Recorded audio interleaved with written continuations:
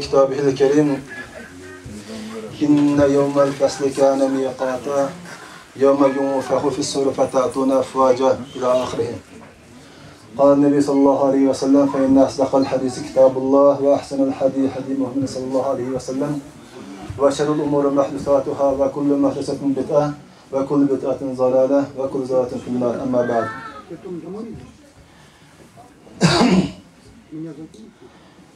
Allahu subhanahu wa ta'ala hammamizga bu yilgi Ramazonni joy tutishga nasib qilganligiga Allohga hamd shukrlar aytamiz va Allahu subhanahu wa ta'ala hammamizni mishaga birga jam bo'lib ulug' hayit namozi o'qishga nasib qilganligiga Allohga shukrlar aytamiz.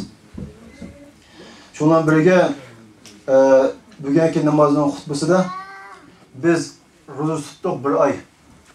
Uzun kunlarni o'tkazdik va og'ir jafoliq oyliqlarni tortdik. Shunda sabr qilish orqali biz ro'za tutdik va kechiliklar tarovih namozlarini o'qidik. Bizga o'shalar og'ir kamida nimishqa deganlik jihatdan bizningki qiyomat kunisidan iborat bo'lgan bir kunga bizning iymonimiz bo'lganligi jihatdan. Oldimizda qiyomatning iborat bir kun bor. Shu kunda biz mushu qilgan amal ibodatlarimizga birdan bir Allohning ajri olamiz, savob olamiz deganligimiz jihatdan. Agar buni biz ado qilmasak, shu kunda Alloh subhanahu va taolo bizlarni qattiq jazolaydi deganlikni biz bilganligimiz jihatdan. Biz bu kunlarga sabr qilish orqali bu Ramazonni o'tkazdik. Bu yerda Alloh subhanahu va taoloninki o'zining kitobi Qur'oni Karimda tushirgan bir necha oyatni tarjima etmoqchi bugungi xutbada.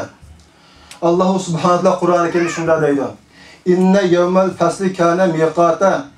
Cho'qimki, yana qiyomat kunisi buning vaqti aniq bo'lgan kunisi bu. Qiyomat kunisidan iborat bo'lgan bu kun vaqti aniq bo'lgan kunisi. U kunda yaxshilar yomonlardan, eskilar abdallardan ayrıladigan bir kunisi. Dunyoda yaxshi ish qilganlar jannat tarafiga, yomon ish qilganlar do'zax tarafiga ayrıladigan bir kunisi. Yawma yunfahu fis-suri fatatuna afwaja. Yana qiyomat kunisi suri chelinadi degan. Yana qiyomat kuni suri chelinadi. Bir avvalgi suri chelingandan keyin butun insonlar, butun jonliqlar, jonsizlar demak mushu dunyoni hammasi tugaydi degan. Birinchi suri chelingandan keyin o ikinci sürü çalıngan vaqtda hammasi tirilib qopadi o'g'andan. O ikki sürünün aralig'ida o 40 yil o'tdi deydi. O 40 yil o'tdi. Shu sürü çalıngan o kunda shu sürü çalınadi. Fatatuna afwaja ikinci sürü çalıngandan keyin sizlar guruh top bo'lib Allohninki mashariga maydoniga hisob bergan maydonga to'planib kelisizlar deydi. Bunda ulamalar har xil tafsir qilib fatatuna afwaja sizlar guruhlab kelisizlar deganda har millat o'zining payg'ambari bilan birga keldi deydi. Agar payg'ambarni tunigan bo'lsa, mushu dunyoda o'zining payg'ambarini tunigan bo'lsa, o'zining payg'ambariga erishib keldi deydi. Agar payg'ambarni tunimagan bo'lsa, shaytonga erishib ketgan bo'lsa, shaytonning to'piga keldi degan ma'no turdi. Mana shuni qasab bo'ldi. Her millet o'zining payg'ambari bilan agar payg'ambarga ergashgan bo'lsa, payg'ambarga mushu dunyoda payg'ambarni tunigan bo'lsa, payg'ambarning mangan yo'lda mangan bo'lsa, payg'ambarning qilganini qilgan bo'lsa, ular o'sha payg'ambar uni ega chiqdi qiyomat kunisi, payg'ambarni o'zining payg'ambariga ergashib boradi. Va futihatis samau fa kanat abwaba ma hozir sir kurayotgan ma osmon deydi. Bu osmon ochilib keldi. Fakanat abwaba bu osmonga darvoza bekitildi deydi. Farishtalar, ya'ni osmondagi farishtalar zaminga tushish uchun biz kirayotgan hozir kirayotgan bu osmonlardan darvozalar ochildi va suyiratil jibalu fakanat saraba siz kirayotgan hozirgi noyatlarga mustahkam tog'lar xuddi chang to'zonga aylanib ketdi deydi. Biz kirayotgan hozirgi tog'lar shu tog'lar qaraydigan bo'lsa, o tog'dan oldiga qaraydigan bo'lsa, bu nima degan mustahkam bu deymiz. Ammo shu biz kirayotgan tog'lar shu birinchi suri chelingandan keyin bu chang to'zonga aylanib ketdi. İnne cehenneme kânet mirsâde. Cehennem bu mayrab durur deydi. Yani kütüp durur degan ma'noda durur. Littâgîne ma'aba, bu cehennem özünün Rabbini tanımagan, özünün dinini tanımagan ve özünün peygamberini tanımagan insanlarınki qaytib baradigan o'rni. Şu cehennem şu insanlarni kütüp durur deydi. Labisine fiha ahqaba, ula o cehennemde o zamanlar qap qaldıydı. Şu özününki Rabbini tanımagan, özünün dinini tanımagan, özünün peygamberini tanımagan, özünün kimlikini tanımagan insanlar cehenneme qaytib bardı. O cehennemde mengu qap qaldı. La yazuquna fiha barda ve la şaraba. O cehennemde suğaq, rahat, munda narsini tapanmaydı ve içimlikni tapanmaydı.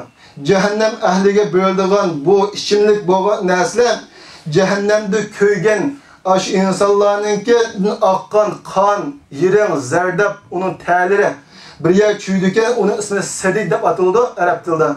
Şu narsa şu cehennemden tigide bir cho'nqur katak varken şu katakka çüydüken şu katakta çınqırıp aşağıda sesip qizib turgan şu narsalar birildi.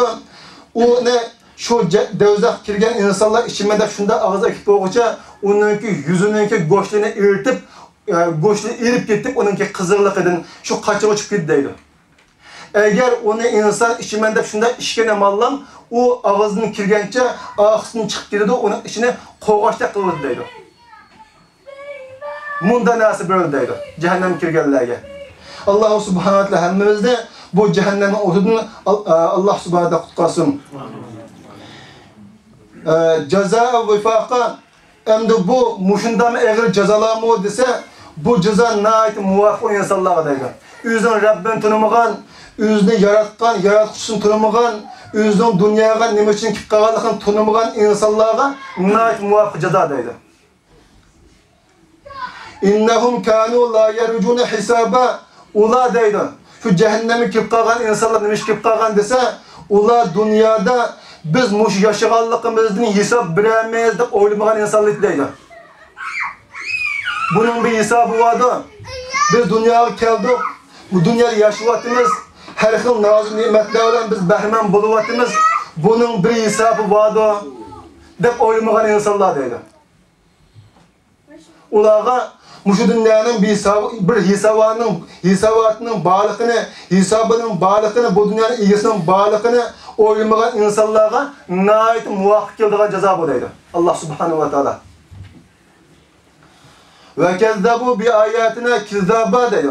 Bu insanlar bizning oyatlarimizda o'qib berilse, bu oyatlar tilovat qilinib berilse, bu oyatlar tarjima qilinib tushuntirib berilse, onu yolg'on degan insonlar.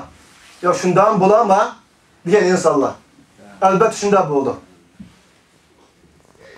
Ve kullu şeyin ahsanahu kitaba.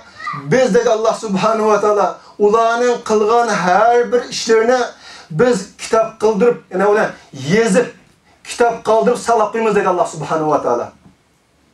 Bu kitap qoldirib saqlab qo'yilgan bu insonlarning qilmishlari inson o'lgandan keyin Allohning oldiga borgandan keyin hisob maydoniga kelgandan keyin shu yerda bu birdan bir insonga ochib ko'rsatildi. Sen falan saatte, falan vaqtda, falan yerde sen mani qilganding. Pusta yerde mani qilganding deb bir-birine o vaqtda bizim tilimiz, ağzımız kerak gelmeydi. Allah